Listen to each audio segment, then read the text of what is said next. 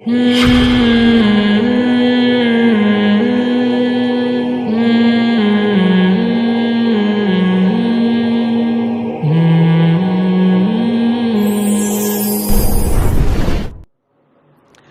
ابن رواحہ رضی اللہ تعالیٰ عنہ، عرب جو تھے نا یہ عورتوں پہ بڑے سخت ہوا کرتے تھے، خاص کر قریشی، جو قریشی لوگ تھے نا یہ بیویوں پہ کیا ہوتے تھے؟ سخت ہوتے تھے۔ لیکن اسلام آنے کے بعد کیسے تبدیل ہوئے؟ عبداللہ ابن رواحہ رضی اللہ تعالیٰ عنہ نے اپنی باندی سے کہا کہ میری اس بکری کی خاص طور پر تم نے کیا کرنی ہے؟ حفاظت کرنی ہے۔ تو اللہ کی قدرت کہ وہ بھیڑیا آیا اور اس بکری کو کھا گیا۔ عبداللہ ابن رواحہ کا غصہ آیا اور انہوں نے ایک تھپڑ لگا دیا باندی کے، صرف ایک تھپڑ مارا ہے، بیوی کے نہیں بلکہ، حالانکہ باندی کا درجہ بیوی سے، باندی تو نوکر ہوتی ہے نا، غلام ہے، لونڈی ہے، اس کا وہ مقام تھوڑی ہے جو بیوی کا ہے۔ ایک تھپڑ لگا دیا۔ عبداللہ ابن رواحہ رضی اللہ تعالیٰ عنہ چونکہ مسلمان ہو چکے تھے نا، زمانہ جاہلیت میں تو ہوتے تو 20-30 تھپڑ مار دیتے کہ بھئی اس نے غلطی کی ہے۔ ہم ہوتے ہم کیا کہتے ہیں؟ یار بھیڑیے نے کھانا تھا تو اسی بکری کو کھانا تھا، ہے بھائی، اور بکریاں نظر نہیں آئیں، اس کا مطلب تمہارے بھیڑیے کے ساتھ کیا ہیں؟ تعلقات ہیں، ٹھیک ہے، تم نے مخبری کی ہے بھیڑیے کو، اسی کو کھاؤ آ کے۔ 10 باتیں سوچتے اور منفی ذہن چلتا۔ عبداللہ ابن رواحہ نے غصے میں ایک تھپڑ لگایا، مگر ندامت ہوئی۔ کیوں؟ اسلام لا چکے ہیں، ان کو پتا ہے کہ ایک ایک عمل کا قیامت کے دن جواب، بولو بھائی، دینا پڑے گا۔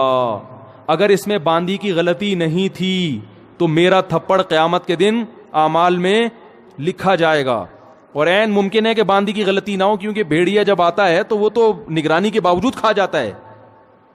اب احساس ہوا تو رسول اللہ صلی اللہ علیہ وسلم کے پاس آئے، عرض کیا یا رسول اللہ میں نے باندی کو تھپڑ مار دیا، کیا مجھ سے ظلم تو نہیں ہوا؟ مختصر سنا رہا ہوں حدیث۔ آپ صلی اللہ علیہ وسلم نے صحابی کو حکم دیا کہ اس باندی کو آزاد کر دو۔ اس وقت آج کے حساب سے دیکھا جائے تو باندی کی قیمت کروڑوں اربوں روپے بنتی تھی۔ سب سے مہنگا مال کیا ہوتا تھا اس زمانے میں؟ باندی۔ ایک تھپڑ کے بدلے میں نبی نے کیا حکم دیا؟ اگر جہنم کی آگ سے بچنا چاہتے ہو تو اس کو آزاد کر دو۔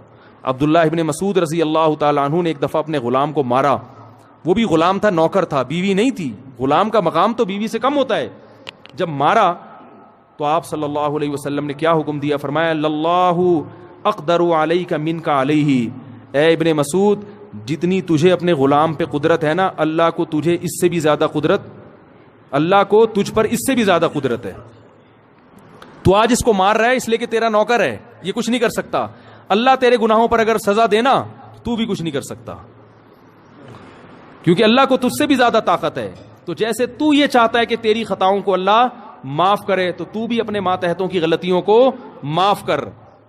عبداللہ ابن مسعود رضی اللہ تعالیٰ عنہ ڈر گئے، فرمایا ہوا عتق لوجہ اللہ یا رسول اللہ، بس اس کا کفارہ یہ ہے کہ میں نے اللہ کے لیے اس کو آزاد کر دیا، فوراً آزاد، کروڑوں روپے کی ملکیت ضائع کر دی اپنی، آزاد کر دیا۔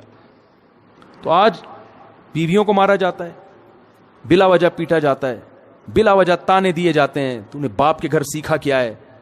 تیرے باپ نے تجھے تربیت نہیں کی، تیری ماں نے تجھے سکھایا نہیں ہے۔ یہ کتنے برے تانے ہیں بد اخلاقی والے۔ بھائی کوئی خامی ہے تو محبت سے انسان بتا دے۔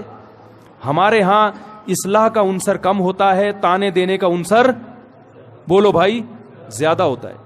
تو بھائی یہ اگر آپ اس طرح سے کریں گے تو کل قیامت کے دن اس کا جواب اللہ کو، بولو بھائی، دینا پڑے گا۔ تو یہاں بھی اپنے اخلاق درست کرنے کی ضرورت ہے۔